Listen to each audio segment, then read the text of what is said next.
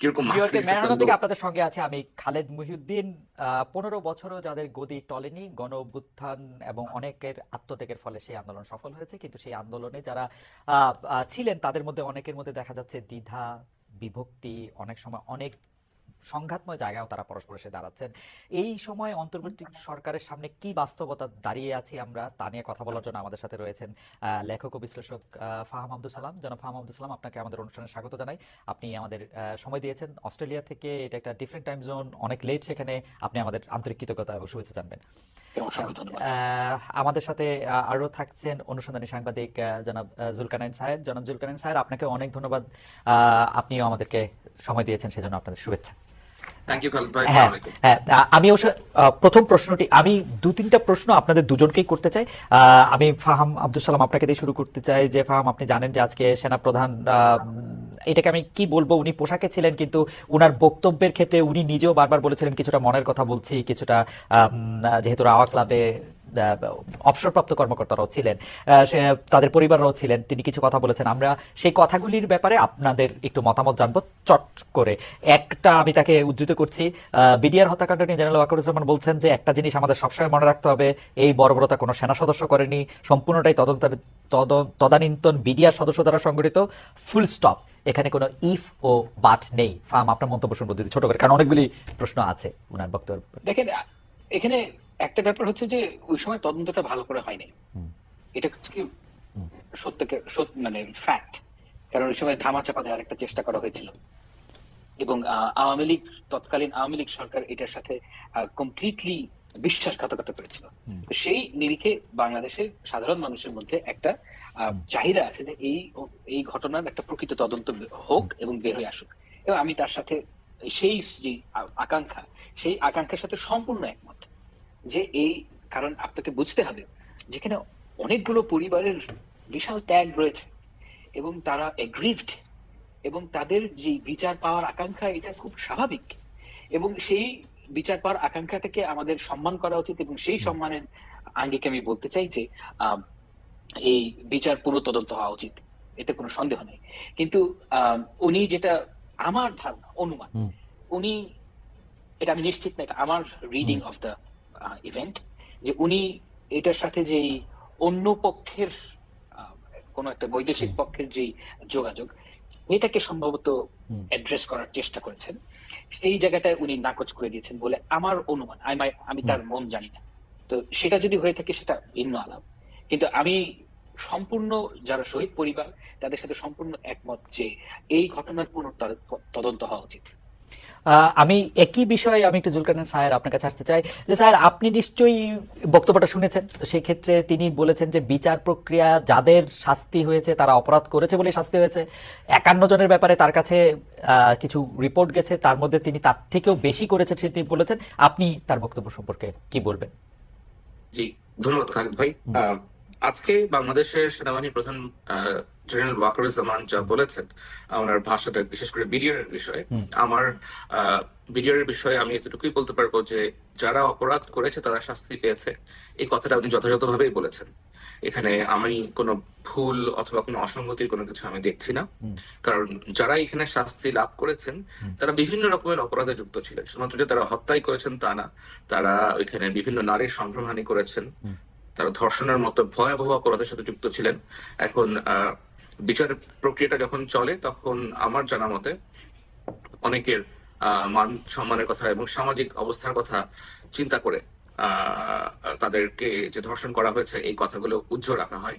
অনেকে small arms এবং explosives এর মামলায় অ্যারেস্ট দেখানো হয়। সুতরাং ইন এ ব্রডার পার্সপেক্টিভ এটা যে আপনার সঠিক হয়েছে, অথবা বিচার যে আপনার শাস্তিগুলো যে দেওয়া হয়েছে, শাস্তি যথাযথভাবে দেওয়া হয়েছে বলে উনি যে মন্তব্যটা করেছেন, এখানে আমি কোনো ভুল কিছু দেখছি না। ওকে, নেক্সট প্রসঙ্গ। স্যার, আপনাকে ধন্যবাদ।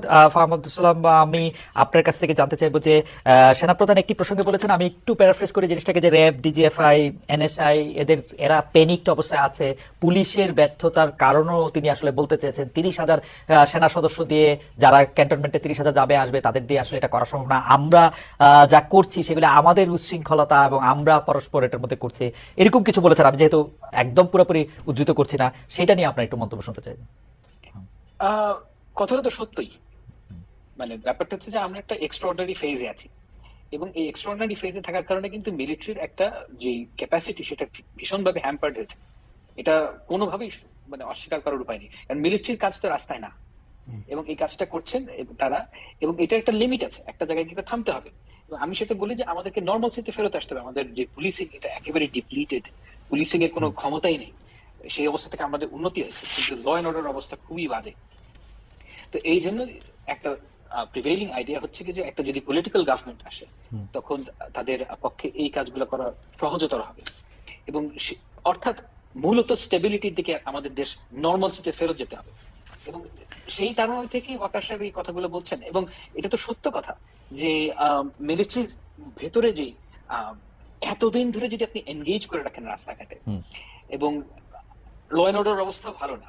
So if you think about it, এই কাজগুলো তো আসলে পুলিশের কাজ, এবং পুলিশকে যদি পাওয়ারফুল করতে হয়, পুলিশ একটা ডিপ্লিটেড ফোর্স, এটাকে আপনার মানুষ লোক বল বাড়াতে হবে, নর্মাল সিটে ফেরত যেতে হবে, এবং ওই গোলের দিকে যাওয়ার যে তার ইচ্ছা আমার কাছে মনে হচ্ছে দ্যাট ইজ পারফেক্ট। এবং এটাই একজন অ্যাডাল্ট হিসেবে, একজন রেসপন্সিবল মানুষ হিসেবে তিনি যা বলেছেন, যেটা আমার কাছে তাই মনে হচ্ছে। ফাহাম, এখানে দুইটা প্রশ্ন।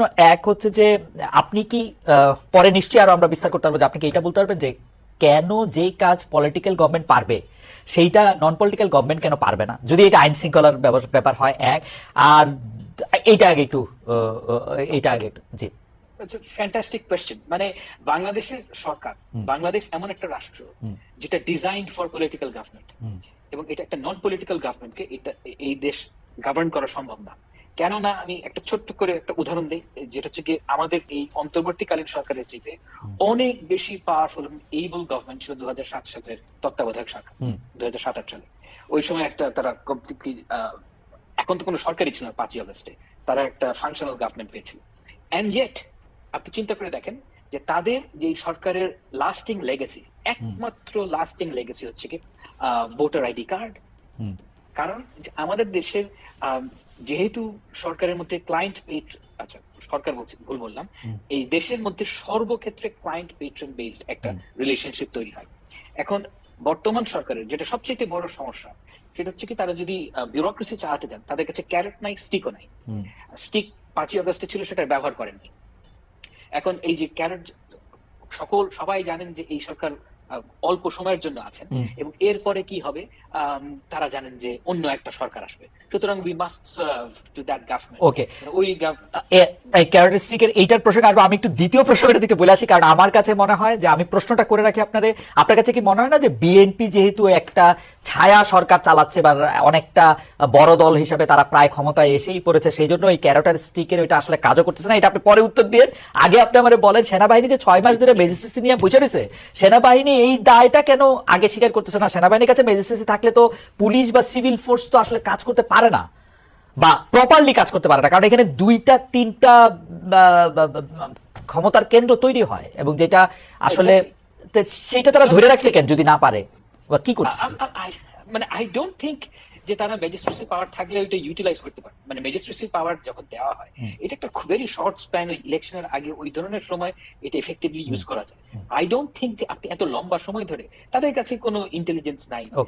আপনি কি তো এটা দেওয়া হচ্ছে, মানে you and I both know যে আমরা একটা এক্সট্রাঅর্ডিনারি টাইমের মধ্যে আছি, এবং এই টাইমের মধ্যে আমরা অনেক ধরনের জিনিস ট্রাই করছি, যদি কোনোটা কোনো লেগে যায়। কিন্তু এই সেনাবাহিনীকে ম্যাজিস্ট্রেসি পাওয়ার দেওয়া একটা দেশের জন্য দিস ইজ, মানে এটা কোনো লাস্টিং সলিউশন না। ওকে, আমি স্যারের কাছে আসি। স্যার, 2টা প্রশ্ন। আগে আগে আগে আগে পাঠাতনটা একটু বলে নিই যে র্যাব, ডিজিএফআই, এনএসআই তারা প্যানিকটাসে আমরা নিজেদের সাথে মারামারি করে নিজেদের সর্বনাশ করতেছি। সেনাপ্রধানের বক্তব্যের প্রেক্ষিতে আমরা প্রশ্ন করেছিলাম যে পলিটিক্যাল গভর্নমেন্ট পারলে নন পলিটিক্যাল গভর্নমেন্ট কেন পারবে না, এবং ম্যাজিস্ট্রেসি পাওয়ার নিয়ে সেনাবাহিনী 6 মাস কি করলো, আসলে আমরা কি করতে দেখলাম বাগাড়ম্বর ছাড়া? ওকে, র্যাব, এনএসআই, ডিজিএফআই, বাংলাদেশ সেনাবাহিনী, এই বাহিনীগুলো প্যানিক অবস্থায় আছে। আমার মনে হয় এই কথাটা উনি বলেছেন যে কারণে, সেটা হলো যে আপনি দেখেন ইতিমধ্যে ডিজিএফআই সাবেক 6 জন ডিজিকে হুম। আপনার মানবতা বিরোধী অপরাধের কারণে এবং গুম খুনের সাথে জড়িত থাকার কারণে তাদের এগেনস্টে গ্রেফতারি পরোয়ানা জারি হয়েছে। এখন এটা অবশ্যই বাহিনীর সকল সদস্যকে, যে সমস্ত সদস্যরা তখন যুক্ত ছিলেন, তাদের মধ্যেও এক ধরনের ভীতির সঞ্চার করেছে। হুম।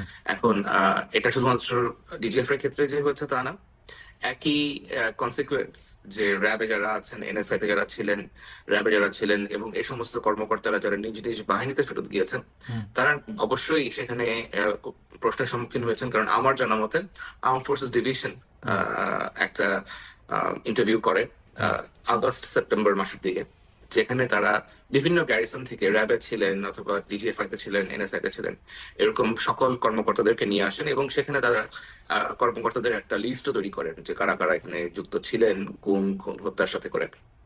সুতরাং এটা যখন তারা জানতে পেরেছেন যে এরকম তালিকা অথবা এভাবে ইন্টারভিউ নেওয়া হয়েছে এবং যেহেতু এগুলোর বিচার হচ্ছে এখন বাংলাদেশে এবং সেনাবাহিনীর ভেতরেও অনেকে প্রশ্নের সম্মুখীন হচ্ছেন, অনেকে সামরিক হুম। যে বিচার আদালত আছে, কোর্ট মার্শাল, এগুলা ফেস করার জন্য প্রস্তুতি নিচ্ছেন। তো অবশ্যই এটা একটা প্যানিক স্টেটে থাকাটাই বেশ বেশ স্বাভাবিক। এবং এছাড়া যখন বাইরে থেকে অথবা দেশের ভেতর থেকে, তো এখন তো ধরেন অনেকেই বিভিন্ন বিষয় নিয়ে আলাপ আলোচনা করছেন এবং এত বেশি মিস ইনফরমেশন, ডিসইনফরমেশন ছড়াচ্ছে যা এই বাহিনীগুলোর সদস্যদেরকে, তাদের পরিবারদেরকেও আতঙ্কিত করে তুলছে। হুম। আমার মনে হয় উনি এটাই বোঝাতে চেয়েছেন। ওকে, আমি ম্যাজিস্ট্রেসি এবং অন্য প্রসঙ্গটাতে পরে আসতেছি। আমরা জানি যে আপনি আর্মি অফিসার ছিলেন, সাংবাদিকতা এসছেন, সাংবাদিকতার নাম করেছেন দুনিয়া জোড়া, এবং কিন্তু তারপর আপনি গর্ব নিয়েছেন যখন মানব জমিনে আপনার নামে একটা বাইলেন ছাপা হয়েছে, কারণ এটা বাংলায় ছাপা হওয়া একটা বাইলেনের মধ্যে প্রথম, সেজন্য আপনিও একটু কংগ্রেচুলেশন জানবেন, কারণ আমি প্রিন্টে কাজ করেছি, আমি জানি যে বাইলাইনটার একটা মজাটা কিরকম। কিন্তু এটা নিয়ে আমার একটা প্রশ্ন আছে, স্যার যদি অনুমতি দেন তাহলে একটু করি প্রশ্নটা। সেটা হচ্ছে যে আপনি এখানে অনেকগুলি নাম লিখেছেন, পরিচালক অমুক, ডিডি তমুক, কিন্তু যখন কোনো অফিসারের নাম আপনি লিখতে গেছেন তখন একজন ব্রিগেডিয়ার জেনারেল। এইটার কারণটা কি? মানে অফিসারের জন্য কি আপনার আলাদা একটা ভ্রাতৃত্ববোধ? না, আমি কখনোই বাংলাদেশ সেনাবাহিনীর অফিসার ছিলাম না। আমি অফিসার হিসেবে প্রশিক্ষণ নিতে গিয়েছিলাম, যেটা আমি শেষ করতে পারিনি। That was not rightly addressed. আচ্ছা। আর ও, আপনার প্রশিক্ষণ শেষ হওয়ার আগে আপনি বেরিয়ে আসছেন, সরি, ক্যাডেট অবস্থায় আপনি বেরিয়ে আসছেন, জি। ওকে। তো ওই ব্রিগেডিয়ার সাহেবের নাম কেন নেওয়া হয়নি? কারণ ব্রিগেডিয়ার সাহেবের নাম আমাদের কাছে ক্লিয়ার করা হয় নাই। আমি আমার যে সূত্র আছে, সূত্র মাধ্যমে সূত্র নামটা বলতে চাই নাই, আগ্রহ প্রকাশ করে নাই। বাট আমি জানার চেষ্টা করেছি, and I was not very sure যে ওই ব্যক্তি কিনা। সুতরাং যে ব্যক্তি কিনা তার নাম আমি কিভাবে। কিন্তু পরিচালকদের যাদের আপনি নাম দিয়েছেন তাদের ব্যাপারে, বা উপপরিচালক, সহকারী পরিচালক, তাদের ব্যাপারে আপনি শিওর ছিলেন মোটামুটি? ওকে, হ্যাঁ, মোটামুটি শিওর ছিলেন তাদের ব্যাপারে, যাদের পরিচালকদের নাম, তাদের ব্যাপারে মোটামুটি শিওর ছিলাম। ওকে, আমি আবার একটু ফাহাম আপনার কাছে আসি যে ফাহাম, আমি বিএনপির কথা বলতেছিলাম যে এখন যে আসলে সরকার থেকে আসলে কাজ করতে অনেকে পারতেছে না, কারণ আসলে কে ক্ষমতা আসবে না আসবে, সেইটা কি বিএনপি এরকম একটা ভাইব দিচ্ছে যে তোমরা ইউনূস সরকারের সাথে মোটামুটি ভাবে কাজ চালায় যাও, আমরা আসলে ঝাঁপাই করে কাজ করো, বিকজ তোমরা আমাদের লোক এবং আমরাই আসতেছি ক্ষমতায়? না, ইটস নাথিং লাইক দ্যাট। মানে ব্যাপারটা হচ্ছে যে বাংলাদেশের মানুষের একটা নিজস্ব আন্ডারস্ট্যান্ডিং আছে সকল অর্গানাইজেশনের ভেতরে। এখন আমি যখন একটা সত্যি কথা বলি, আমি প্রথম তো চাই 15ই আগস্ট। 15ই আগস্ট থেকে আমি ভাবছিলাম যে বাংলাদেশে তো বিএনপির উপর থেকে গত এই 15 বছর